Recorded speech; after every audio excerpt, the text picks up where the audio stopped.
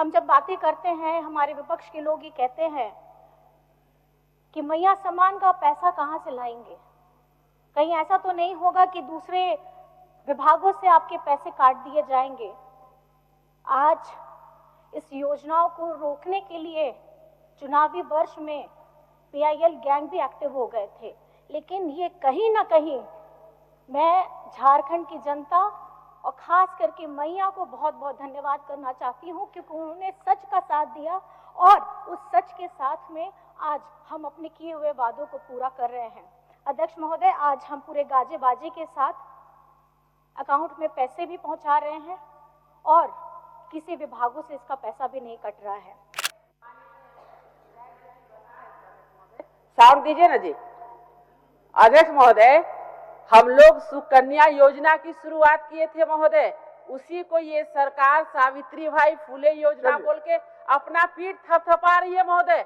और 600 रुपया राज्य सरकार देती थी, जिसे हमारी सरकार ने विधवा बहनों को, महिलाओं को, दिव्यांग को, सबको बढ़ा के 1000 किया था महोदय। इसलिए हम बोल रहे हैं कि उसे 2500 करिए। आज हमारे समाज में जातियों में पिछड़ापन है और उस पिछड़ेपन में भी अगर आप महिलाओं की स्थिति को देखेंगे तो वो काफी भयावह है। आखिर विभिन्न विभागों में महिलाओं को आरक्षण देने की बात क्यों उठ रही है? आज समाज के निर्माता में अपनी अहम भूमिका निभाने वाली नारी शक्ति आज अपने ही जीवन को जीने के लिए विवश तरीके से क्यों मजबूर हो रही है? आज हम अगर कहेंगे कि हमारी जो कलम है उससे हमारी दूरी क्यों बन रही है और हम महिलाओं की कोख में ही हमारी बच्चियों की जो भ्रूण हत्या हो रही है वो क्यों हो रही थी और अभी भी क्यों हो रही है? ये मेरे लिए काफी हर्ष का विषय है कि आज मैं सरकार के विगत 5 वर्षों के कल्याण एवं समाज कल्याण विभाग के कार्यक्रमों को और आगामी कार्य योजनाओं के आपके समक्ष में रखूंगी। अध्यक्ष महोदय, there is no limit to what we as a women can accomplish. जब भी मैं राज्य की या देश की महिलाओं को नज़दीक से समझने का प्रयास करती हूँ अध्यक्ष महोदय, तो बड़ा ही असंतुलित चित्र सामने आता है। एक तरफ हम ये देखते हैं कि हमारे देश के सर्वोच्च पद पर राष्ट्रपति जी महिला सुशोभित हैं और बरसों बरस से प्रधानमंत्री के रूप में भी महिलाओं ने वहाँ पे अपनी सेवाएं दी हैं। केंद्र सरकार हो, राज्य सरकार हो, मुख्यमंत्री के तौर पे, मंत्रियों के तौर पे और अधिकारियों के तौर पे वे अपनी सेवाएं दे रही हैं। आज चाहे कल्पना चावला हो या फिर सुनीता विलियम्स हो, अंतरिक्ष में जाकर के भी इन्होंने अपनी उपस्थिति दर्ज कराई है। संतोष यादव जैसी महान व्यक्तित्व वाली एक हिमालय जैसे पर्वत को कई बार अपने कदमों से उन्होंने उसको नापा है। इन तस्वीरों को जब हम देखते हैं तो हमें काफी गौरवान्वित महसूस होता है और दूसरी अगर हम तस्वीर देखेंगे तो वह कभी काफी हमें शर्मसार करती है। आज 2 वर्ष की बच्ची से लेकर के 90 वर्ष की वृद्धा असुरक्षा के भाव से जीने को विवश है। आज भारत देश में 94% से ज्यादा जो महिलाएं हैं वो अपने निर्णय भी स्वयं नहीं ले पाती हैं। कहीं ना कहीं अपने परिवार के, अपने पुरुष साथी के साथ उनके द्वारा लिए गए निर्णयों को वे स्वीकारना और विवशता के साथ वो उसको निर्वाहन करने के लिए मजबूर रहती है। अध्यक्ष महोदय, आज जिस विभाग के बारे में हम बात कर रहे हैं उस विभाग का नाम है कल्याण विभाग। इसका जिम्मा है अल्पसंख्यक, दलित, पिछड़ा, आदिवासी महिलाओं एवं बच्चों के जिम्मेदारी को लेना। अध्यक्ष महोदय, ये शब्द कल्याण, मुझे लगता है कि इसी शब्द से ही समाज में हमारे जो अलग अलग वर्ग हैं उन वर्गों में हमारी स्थिति क्या है ये स्पष्ट पता लग जाता है। मैं ये कहना चाहूँगी कि ये तो मेरा व्यक्तिगत राय है, लेकिन मैं सदन में आपके समक्ष रखना चाहूँगी, क्यों नहीं हम आज ये कल्याण शब्द को पीछे छोड़कर, चाहे वो मंत्रालय हो, विभागों हो, उनको हम बदल करके इसे अधिकार के नाम पे अगर किया जाए तो ये मेरा व्यक्तिगत राय है, क्योंकि ये अधिकार की लड़ाई है।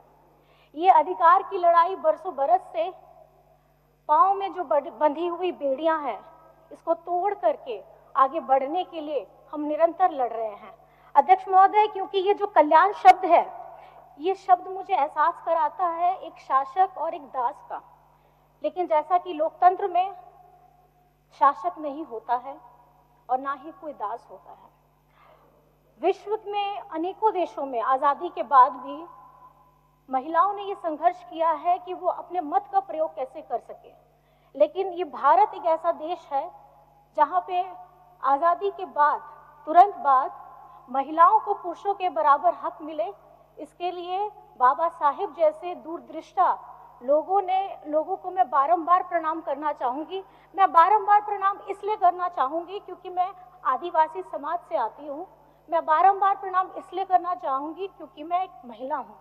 और आज हमारे समाज में जातियों में पिछड़ापन है, और उस पिछड़ेपन में भी अगर आप महिलाओं की स्थिति को देखेंगे तो वो काफी भयावह है।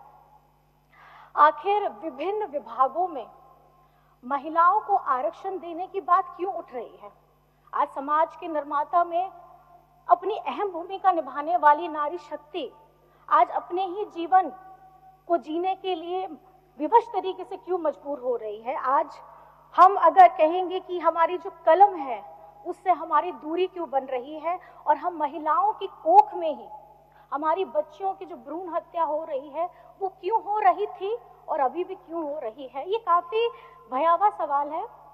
और क्योंकि आज नीति निर्माता जिस तरीके से सोच रहे हैं, उन्हें ये स्वीकारना होगा कि जाति आधारित पिछड़ेपन को अगर आप जेंडर के लेंस से देखेंगे तो काफी दर्दनाक दृश्य आपको नजर में आएगा। अध्यक्ष महोदय, मैं ये कहना चाहूंगी, ये सिर्फ झारखंड का विषय नहीं है, ये भारत के विषय के साथ ये विश्व में भी हर एक कोने में अगर आप महिला की स्थिति को देखेंगे तो कमोबेश आपको यही परिस्थिति नजर आने वाली है। और इस स्थिति को सुधारने के लिए लोगों ने काम भी किया है और हमारे देश में भी काम हो रहा है। लेकिन सवाल ये है कि आज भी हम इस बात पे ताली बजाते हैं कि गर्भवती महिलाओं की मौतें कम हो रही हैं। हमारी जो बच्चियों का भ्रूण जिसको खत्म किया जाता है, हम उसको बचाने के लिए ताली बजा रहे हैं। लोग ये कहते हैं कि हम आने वाले समय में सदन में महिलाओं को आरक्षण देंगे। ये सब सुनने में बहुत अच्छा लगता है, लेकिन आखिर कब तक हम इन सजावटी निर्णयों को ताली बजा करके स्वीकार करेंगे? ये आज हम बहनों को, हम बेटियों को जरूरत है एक सुरक्षित वातावरण में शिक्षा उपलब्ध कराने की और रोजगार देने की। हमें सिर्फ शिक्षा और रोजगार चाहिए, बाकी हम अपने से सब कुछ कर सकते हैं। आखिर कब तक एक मैया अपने बच्चे को पोषण का आहार देने के लिए अपने घर के पुरुषों से पैसे मांगने को विवश होती है?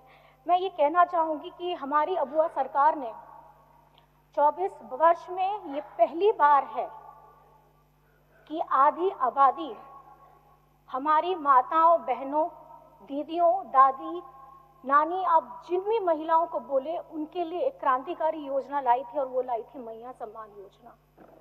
और इस मैया सम्मान योजना में शुरुआत में हम लोगों ने प्रतिमाह 1000 रुपए देने का काम किया था, और जिस तरीके से एक वादा निभाया था 2500 रुपए देने का, आज आप हर एक महिलाओं के चेहरे में खुशियां देख सकते हैं, उनकी आंखों में एक सपना देख सकते हैं। वो अपने जीवन के स्तर को सुधारने का काम कर रही है और ये काबिले तारीफ है, क्योंकि झारखंड के मुख्यमंत्री हेमंत सोरेन जी के द्वारा लाई गई उनकी सोच आधी आबादी को ये समर्पित है। आज हम जब बातें करते हैं, हमारे विपक्ष के लोग ये कहते हैं कि मैया सम्मान का पैसा कहां से लाएंगे? कहीं ऐसा तो नहीं होगा कि दूसरे विभागों से आपके पैसे काट दिए जाएंगे?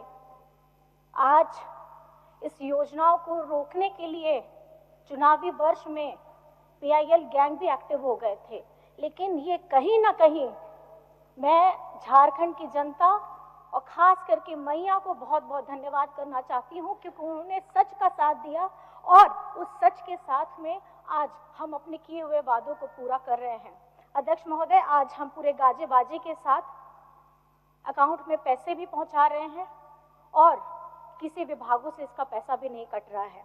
जहां एक तरफ मुख्यमंत्री रोजगार सृजन योजना के तहत 26,000 से अधिक लोगों को कम ऋण में उनको उनकी रोजगार उपलब्ध कराने के लिए राशि दी जा रही है, और वहीं पर में भी वन अधिकार अधिनियम के तहत 3,47,000 एकड़ वन भूमि का पट्टा भी दिया जा रहा है।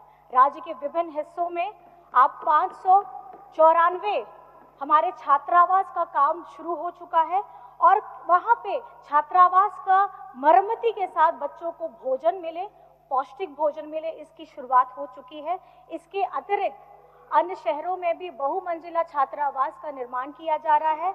अंबेडकर छात्रावास, रेडमा, डाल्टनगंज आदिवासी छात्रावास, रांची से अतिरिक्त 2 अन्य छात्रावासों में के काम के स्वीकृति भी मिल गई है। पहले फेज में 500 करके 10 छात्रावासों के निर्माण की योजना बनाई जा रही है। अध्यक्ष महोदय, आज हमारी सरकार 18 वर्ष से लेकर के 50 वर्ष की महिलाओं को उनके से सम्मान राशि 2500 रुपए उनको दे रही है और ये आर्थिक सहायता उनको मजबूती प्रदान करने के लिए दी जा रही है। अध्यक्ष महोदय, वादा करने और उसे निभाने के लिए हेमंत सोरेन जी ने जो पूरे राज्य के लोगों को महिलाओं के साथ किया था वो वादा भी पूरा कर रही है और आज ये पूरे देश के लिए एक अनुकरणीय विषय है।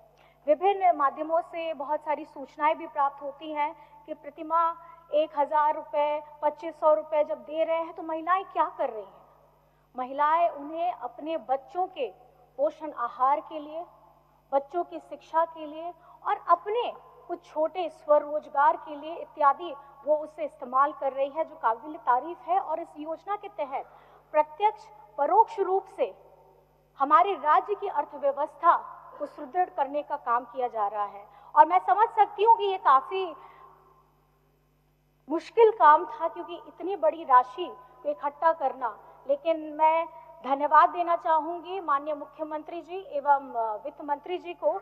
ये उनका डेडिकेशन है, उनका कमिटमेंट है राज्य की महिलाओं के लिए, जो उन्होंने किया है। मैं बहुत बहुत धन्यवाद देना चाहूंगी, क्योंकि इस एक योजना को बोल करके धरातल में ला करके सबके हाथों में पैसा दे करके, ये वही बात होती है कि मैंने पौधा लगाया, लेकिन पौधा लगा के उसका फल देने का काम हमारी अबुआ सरकार कर रही है।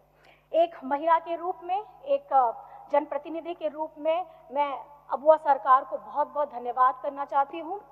और राज्य में लोगों की सामाजिक सुरक्षा उपलब्ध कराने के लिए हमारी सरकार ने प्रतिबद्धता से एक अन्य योजना सर्वजन पेंशन योजना के तहत, जिसका मैं जरूर जिक्र करना चाहूंगी, क्योंकि जब पूर्व में भारत सरकार ने राज्य में 11 लाख लोगों को पेंशन योजना देने का काम किया था, वहीं वर्तमान में राज्य सरकार ने अपनी निधि से 21 लाख लोगों को इस योजना का लाभ देने का काम किया। अगर आप कुल मिलाकर के देखेंगे तो 32 लाख लोगों को इस योजना का लाभ दिया जा रहा है। आज महोदय जी ये मांग करते हैं कि पेंशन की राशि बढ़ा दी जानी चाहिए। ये कौन लोग कह रहे हैं? ये वो लोग कह रहे हैं जो इनके डबल इंजन के युग में 21 लाख लोगों को लाइन में खड़ा करके धूप में विवश कर दिया था कि आप अपनी बारी का इंतजार करिएगा, और ये बारी अगर देने का काम किया है तो अबुआ सरकार ने काम किया है। महोदय जी, मैं बताना चाहूंगी कि भारत सरकार ने वृद्धा पेंशन के नाम पे 200 रुपए देने का काम किया है, वहीं झारखंड सरकार ने 1000 रुपए देने का काम किया है। भारत सरकार ने हमें विधवा पेंशन में 300 रुपए प्रतिमाह देने का काम किया है, लेकिन झारखंड सरकार ने 1000 रुपए प्रतिमाह देने का काम किया है।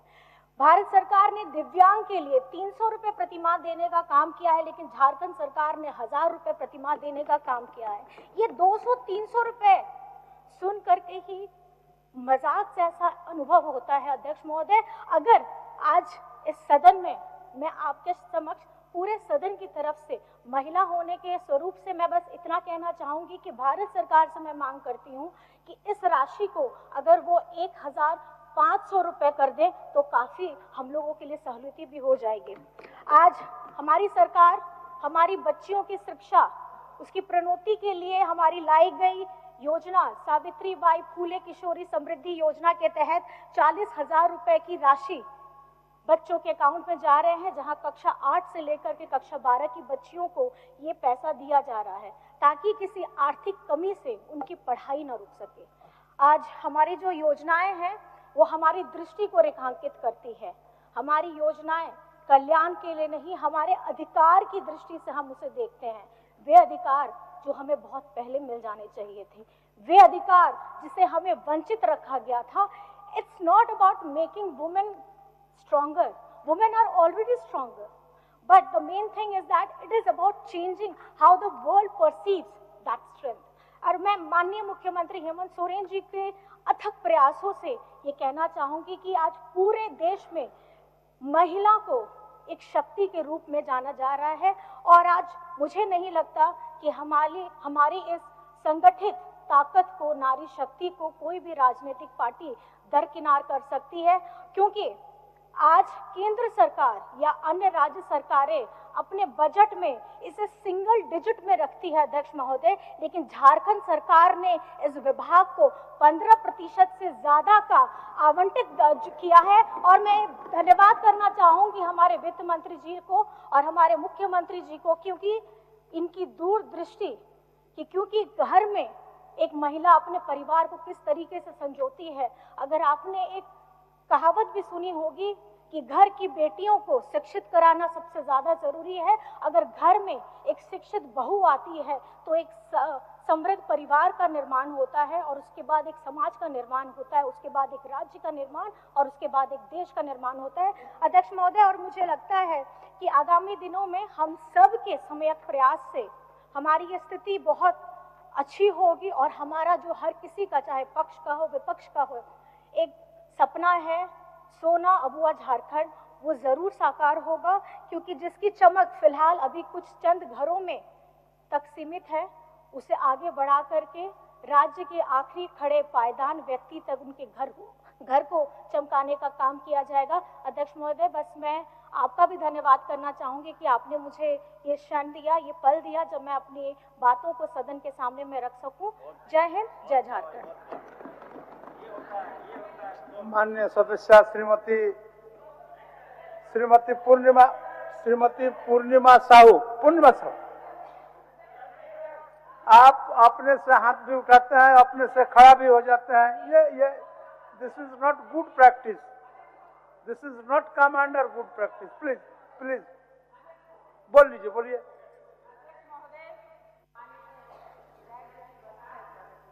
साउंड दीजिए ना जी।